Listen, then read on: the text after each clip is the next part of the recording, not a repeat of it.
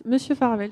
Oui, alors, comme vous avez donné comme rendez-vous à la rentrée qu'on travaille à fond sur le futur règlement intérieur, je ne rentrerai pas dans les détails ce soir.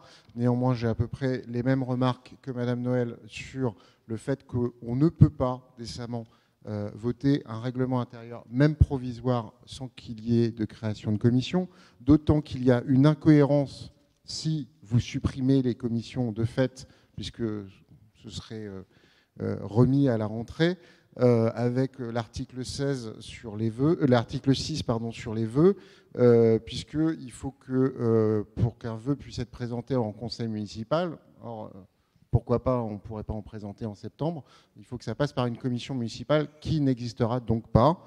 Voilà, j'ai l'avantage aussi, au-delà de ce qu'a dit Madame Noël, de ne pas avoir été précédemment dans le conseil municipal pour dire qu'au-delà de la taille des tribunes, il me paraît que autant on peut se dire que c'est compliqué de faire des longues tribunes dans le besoin faux, autant celles qui sont publiées sur le site internet et qui sont écrasées de mois en mois permettraient tout à fait qu'on laisse libre cours à notre imagination et à notre libre écriture.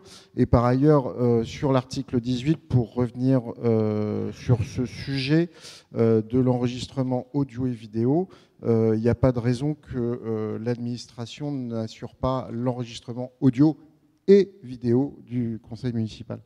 Donc, évidemment, nous ne pourrons pas voter ce règlement intérieur, même provisoire. Gilbert, c'est ça? Allez-y, monsieur Gilbert. C'est moi en face. Oui, une prise de parole rapide.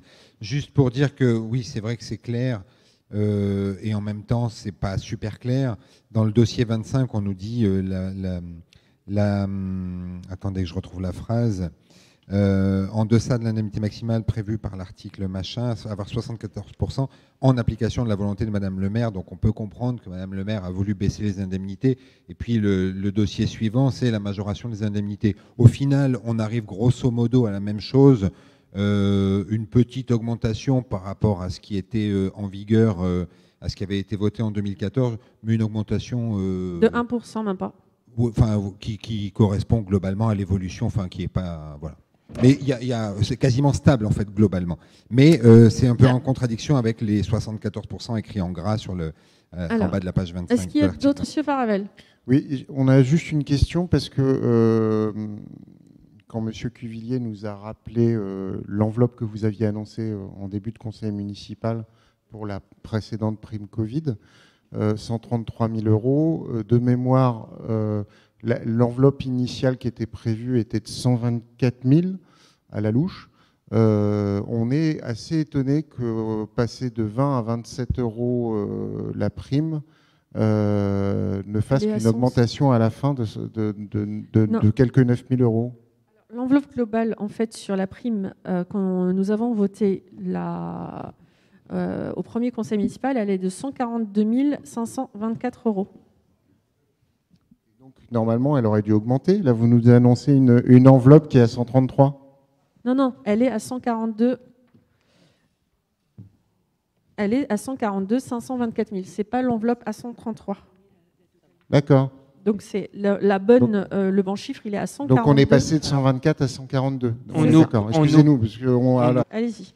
Oui, je vous laisserai terminer par votre information. Moi, j'en ai une à donner. Je vais vous faire remettre ce soir par courrier, enfin même par le papier que je vais vous transmettre immédiatement, puisque c'est prévu par le règlement intérieur provisoire, la création du groupe municipal Vivons Beson avec 6 conseillers municipaux.